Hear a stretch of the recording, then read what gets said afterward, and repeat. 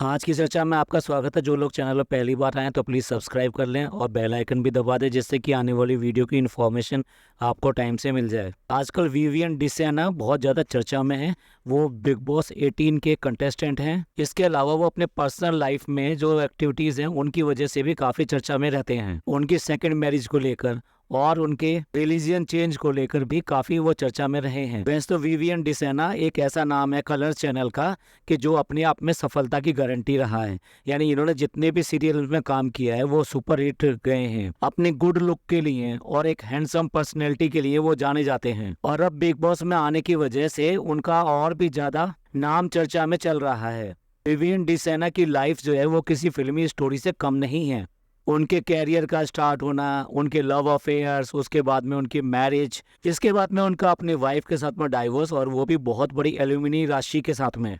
चलिए एक एक करके इनकी लाइफ के सारे पन्ने आज खोलेंगे हम। इनके कैरियर के उतार चढ़ाव और इनके पर्सनल लाइफ के जो उतार चढ़ाव रहे हैं उन सब के बारे में आज बात करेंगे। विवियन डिसेना का जो जन्म हुआ था वो उज्जैन में हुआ था, और लगभग वो 36 साल के इस टाइम हैं। इनके फादर क्रिश्चियन और मदर, तो ये क्रिश्चियन फैमिली के कल्चर के साथ में पैदा हुए और बड़े। इनके मदर फादर दोनों ही स्पोर्ट्समैन थे और रेलवे में जॉब करते थे, और जॉब उनकी स्पोर्ट्समैनशिप की वजह से ही थी। तो ऐसे में उनकी पूरी इच्छा थी इस बात के लिए कि ये भी एक स्पोर्ट्स पर्सन बने और देश में अपना नाम कमाए। और शुरुआत में इन्होंने किया भी ऐसे ही। एक अच्छी फिजिक होने के साथ साथ ये एक अच्छे प्लेयर की तरह डेवलप हुए। विवियन एक अच्छे फुटबॉल प्लेयर थे और उन्होंने काफी रिप्रेजेंटेशन किया, यहाँ तक कि नेशनल लेवल तक उन्होंने इंडिया का रिप्रेजेंटेशन किया। ऐसे में एक बार स्पोर्ट्स कैरियर और दूसरी तरफ ये वाला एक्टर का कैरियर, ये दोनों के दोनों आपस में बिल्कुल क्लैशिंग थे। पेरेंट्स चाहते थे वो स्पोर्ट्स में ही अपना कैरियर बनाए और आगे बढ़े, बट विवियन की किस्मत में तो कुछ और ही लिखा था।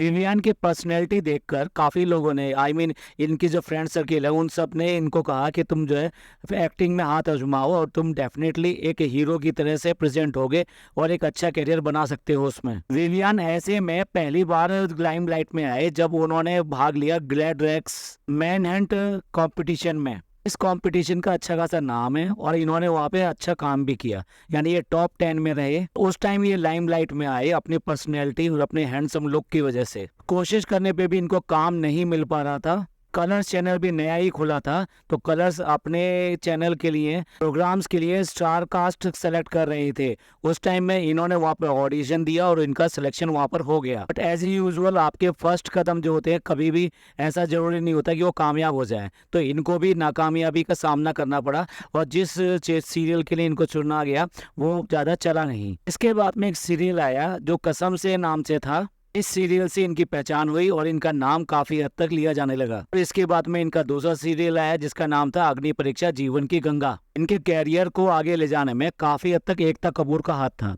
एकता कपूर ने फर्स्ट सीरियल के बाद में ही इनको सिलेक्ट कर लिया था और उसको लगा कि ये जरूर डेफिनेटली एक बहुत अच्छा स्टार निकलेंगे, और यहाँ से शुरू हुआ वो सीरियल जो कि इनकी लाइफ का मील का पत्थर साबित हुआ। और इस सीरियल का नाम था प्यार की ये कहानी। इस सीरियल में विवियन जो है एक वैम्पायर का रोल कर रहे थे। वैम्पायर का रोल कर रहे थे, साथ साथ वो उस सीरियल के हीरो भी थे, यानी मेन लीड थे, और उन्हीं के इर्द गिर्द सारी कहानी बनाई गई थी। ये दोनों चीजें बहुत ही कॉन्ट्राडिक्टरी थी, एक तरफ वैम्पायर और दूसरी तरफ वो सीरियल के हीरो। यहाँ पे प्यार मोहब्बत के साथ में एक वैम्पायर वाला कनेक्टर, लेकिन विवियन ने इसको इस तरीके से निभाया, इस खूबी से निभाया कि लोगों ने इसको बहुत ज़्यादा पसंद किया। और एकता कपूर ने इसकी स्टोरी बढ़ाते बढ़ाते सारा ताना बाना विवियन के ही चारों तरफ बुना। यहीं पे विवियन का पहला अफेयर जो ज़्यादा चर्चा में रहा वो सामने आया, यानी उसकी जो को स्टार थी एबी दोराब जी थी, और उनके साथ में इनका काफ़ी ज़्यादा अफेयर चला। पहले इन्होंने चुपके चुपके पहले एंगेजमेंट कर लिया और उसके बाद में फिर शादी हुई, क्योंकि ये एक चर्चित सीरियल था और दोनों ही बहुत ज़्यादा फेमस थे इस सीरियल की वजह से। तो इनका काफ़ी ज़्यादा नाम हुआ इंडस्ट्री में और इनको काफ़ी हद तक पहचाना गया इस सीरियल के नाते। लोग इस जोड़ी को बहुत ज़्यादा पसंद करते थे, तो इनकी जब भी पिक्चर सामने आती थी, यानी फोटोज सामने आती थी, वो काफ़ी हद तक जो इनके व्यूवर्स थे वो बहुत ज़्यादा पसंद करते थे और वो हमेशा चर्चा में रहती थी। यानी कि इनका क्या लाइफ स्टाइल है, किस तरह से जी रहे हैं, कहाँ जा रहे हैं, किस तरह की ड्रेसेस ये पहन रहे हैं, इस सब का बहुत ज़्यादा क्रेज था सारी जनरेशन में। स्पेशली जो यंग जनरेशन थी वो इनके लुक को देखकर बहुत ज़्यादा इम्प्रेस होती थी। जहाँ इनके प्यार के बहुत ज़्यादा चर्चे थे और इनको हमेशा एक लव कपल की तरह से देखा जाता था, लेकिन अंदर की सच्चाई जो है कुछ और होती है। और एक लंबे समय के बाद में, यानी लगभग 4 साल की शादी के बाद में, अचानक ही इनकी और दूसरी न्यूज़ आनी शुरू हो गई। वो न्यूज़ क्या थी? वाइफ वैफ जी ने इनके ऊपर आरोप लगाने शुरू करे, डोमेस्टिक वायलेंस करते हैं और मेरे साथ बहुत झगड़ाबाजी करते हैं। लेकिन विवियान ने अपनी चुप्पी तोड़ी एक प्रोग्राम में, और उसने बताया कि उसने अपनी वाइफ को एक ऐसी पोजीशन में देखा था कि जो कि हस्बैंड के लिए देखना बहुत ही गलत बात होती है। वो एक कॉम्प्रोमाइजिंग सिचुएशन में थी। इसी कारण उसका जो है उससे मन हट गया और लड़ाई झगड़े शुरू होने लगे, और वहीं से ही उसने डाइवोर्स लेने का इरादा बना लिया। इस तरह से एक लव कपल का, एक लव स्टोरी का एंड हो गया यहाँ पर। अब ये जो डाइवोर्स था ये भी इतना आसान और इतना सरल नहीं था। इस डाइवोर्स के लिए विवियान को 2 करोड़ रुपए एज ए एल्यूमिनी पे करने पड़े, और ये जो बड़ी राशि है ये टीवी इंडस्ट्री के लिए सबसे ज्यादा बड़ी थी। यानी इससे पहले कोई भी एल्यूमिनी इतनी ज्यादा नहीं दी गई थी। ये बहुत बड़ा सेटबैक था इनकी लाइफ में और इनके कैरियर के अंदर। बट वो कहते हैं ना, स्टार कभी थमते नहीं है, वो आगे बढ़ते ही चले जाते हैं। तो कलर्स पे ही एक नेक्स्ट सीरियल में एक हीरो के किरदार में नजर आए, और सीरियल का नाम था मधुबाला। विवियान का जो डाइवोर्स हुआ था और जो एल्यूमिनी इन्होंने पे करी थी, ये उस टाइम ये मधुबाला सीरियल ही कर रहे थे, लेकिन उसके बाद में भी इन्होंने उस सीरियल पे कोई भी फर्क आने नहीं दिया। एस्टर विवियन अपने पर्सनल लाइफ के बारे में बहुत कम बोलते हैं, और ये जो पूरा एपिसोड था इनका डाइवोर्स का, इसके बारे में भी इन्होंने बहुत ज़्यादा बात नहीं करी, और हमेशा यही कहा ये उनका आपसी मामला था और सब के बारे में वो बात नहीं करना चाहते। अचानक ही खबर आने पे कि वो लोग जो अलग अलग रह रहे हैं, उसके बाद में फिर डाइवोर्स की खबर आई, उसके बाद में ये एल्यूमिनी की न्यूज़ आई, लेकिन बहुत ज़्यादा खुल के दोनों में से किसी ने भी ज़्यादा बातें नहीं करी। अब बहुत ज़्यादा तो जब ये लोग नहीं बोलते अपने बारे में, तो कई सारी खबरें जो इधर से उधर आई, उनमें जो खबरें थी वो ये थी, फाविज बहुत ज्यादा इनसिक्योर थी इनके जो को स्टार्स थे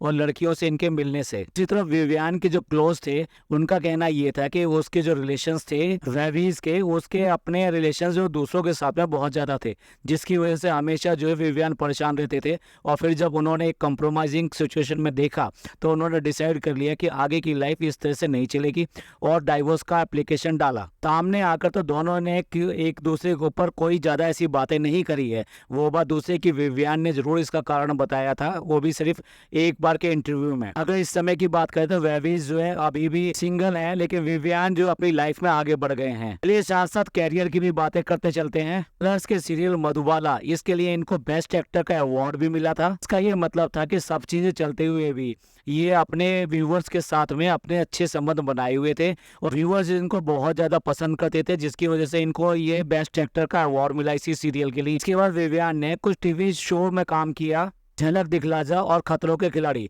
और खतरों के खिलाड़ी में ये टॉप 5 में रहे थे। इसके बाद फिर एक सीरियल में नजर आए जिसका नाम था शक्ति अस्तित्व एक एहसास, और इसकी को एक्टर जो थी वो रुबीना दिलेक थी। इस सीरियल ने एक बार फिर सभी ऊंचाइयों को छू दिया। रुबीना दिलेक और विवियान की जोड़ी को बहुत ज्यादा पसंद किया गया। थोड़ा सा सीरियल जो है एक हटके था, एक स्टोरी इसकी बिल्कुल हटके थी, तो इसलिए ये काफी ज्यादा चर्चा में रहा। इसी सीरियल में एक्ट्रेस गरिमा इनकी बहन का किरदार कर रही थी। अब गरिमा के साथ में इनके चर्चे काफी होने लगे, क्योंकि इनका उनके साथ में अच्छा अफेयर था, और जब भी टाइम मिलता था ये लोग क्वालिटी टाइम स्पेंड किया करते थे। लेकिन इस सीरियल के लिए, इस रिलेशनशिप को आखिरकार कुछ ना कुछ पे करना पड़ा। वो ये पे करना पड़ा कि गरिमा की मदर को जब ये पता लगा कि इन दोनों का अफेयर है, तो उन्होंने इसको मंजूर नहीं किया। उन्होंने गरिमा से सीरियल छोड़ने को कहा, और इस तरीके से सीरियल से बाहर आने के बाद में इनके रिलेशन जो है खत्म हो गए और आपस में मिलना जुलना बंद हो गया। एक बार फिर इनके साथ में सेटबैक हुआ इनकी पर्सनल लाइफ के अंदर। विवियान कितने ज्यादा हैंडसम लगते थे, इसको आप इस बात से समझ सकते हैं। इनको सेकंड चुना गया most sexiest person of Asia. आप समझ सकते हैं कि एशिया में नंबर 2 आना कितनी बड़ी बात है, कि इंडिया की 2 स्टार यानी शाहिद कपूर और जॉन इब्राहिम इनसे पीछे रह गए थे इस लिस्ट में। शक्ति सीरियल के बाद में भी इन्होंने 2 सीरियल इनके और आए जो काफी फेमस हुए, जिसमें कि एक सिर्फ तुम था और दूसरा उड़ारिया था। ये जो इनके सक्सेसफुल इतने सारे सीरियल्स है, तो आप इसे समझ सकते हैं कि कलर का ये एक बेहतरीन चेहरा थे, सक्सेसफुल फेस थे। बिग बॉस 14 के टाइम से ही इनका नाम चर्चा में था कि ये बिग बॉस में जाने वाले हैं। उसके बाद 14 के बाद 15 में भी नाम चर्चा में आया, लेकिन सुनते हैं कि कुछ फीस के ऊपर इन दोनों का कुछ विवाद हुआ, जिसकी वजह से ये बिग बॉस में नहीं गए। इस सब के बीच में नूरान अली इनकी जिंदगी में आई, जो बेसिकली एक जर्नलिस्ट थी, इजिप्ट से थी। ये एक इंटरव्यू के दौरान इन दोनों की मुलाकात हुई, और वहीं से इनका अफेयर शुरू हो गया। इजिप्ट में शादी कर ली इन लोगों ने, और आज की डेट में एक छोटी बच्ची भी इनके साथ में है। नूरान अली का नाम भी बहुत ज़्यादा फेमस हुआ शादी करने के बाद में, और 2019 में इन्होंने इस्लाम कबूल कर लिया। जब लोगों ने इनसे तरह तरह के सवाल किए तो इनका सिर्फ इतना ही जवाब था, मैं हमेशा कहता हूं कि मैं अपनी पर्सनल लाइफ को प्राइवेट रखना चाहता हूं और मैं अपनी फैमिली को लाइमलाइट में नहीं चाहता हूं। काफ़ी लोगों ने इनसे इस्लाम को कबूल करने के लिए भी सवाल किए, कुछ लोगों ने नाम बदलने के ऊपर भी बात करी। इस सब के ऊपर उनका जवाब था, मेरी ज़िंदगी में कुछ भी नहीं बदला है। क्रिश्चियन पैदा हुआ था और अब मैं इस्लाम फॉलो करता हूँ। मैंने 2019 में रमज़ान के महीने में इस्लाम फॉलो करना शुरू कर दिया था।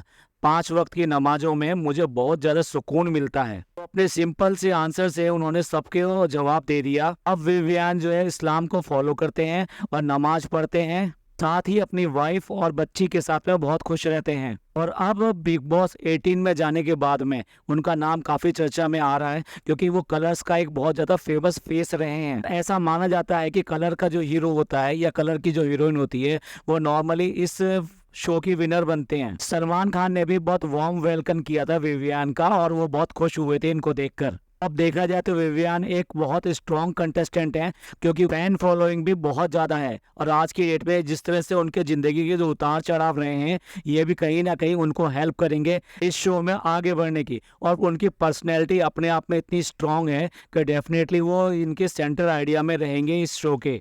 और बिग बॉस टीम भी इसको पूरी तरीके से भुनाना चाहेगी, जिससे इनको अच्छे टीआरपी मिले। और दूसरा, इनकी लाइफ में जो मसाले रहे हैं, मसाले से मेरा मतलब ये है कि बिग बॉस में अगर कुछ भी कंट्रोवर्शियल होता है तो वो उसकी टीआरपी को और ज़्यादा बढ़ा देता है। तो इनके जितने फैमिली रिलेशन रहे हैं डेफिनेटली वो भी कहीं ना कहीं उछाले जाएंगे। तो ऐसे में ये देखना बहुत इंटरेस्टिंग रहेगा कि विवियन उन सब का सामना कैसे करते हैं और अपने आप को एक स्ट्रॉन्ग पर्सनैलिटी की तरह कैसे रखते हैं। और डेफिनेटली हमको लगता है कि वो एक स्ट्रॉन्ग कंटेस्टेंट हैं इसकी विनरशिप के लिए। आपका इस सब के बारे में क्या मानना है? क्या विवियन जो अपनी पर्सनैलिटी और अपनी शख्सियत के हिसाब से खरे उतरेंगे? क्या वो इस शो जीत पाएंगे? क्या वो बाकी कंटेस्टेंट से ऊपर अच्छा अपना काम दिखा पाएंगे? विवियन आपको कैसे लगते हैं? इस तरह से उन्होंने एथिक्स को अपनी लाइफ में बना के रखा और एथिक्स के हिसाब से अपने लाइफ में चलते रहे। तो इस सब के बारे में आपका क्या ख्याल है? प्लीज़ कमेंट करके जरूर बताइएगा। ये पॉडकास्ट आपको अच्छा लगा हो तो प्लीज़ लाइक कीजिए, सब्सक्राइब कीजिए, शेयर कीजिए। थैंक यू, धन्यवाद, शुक्रिया।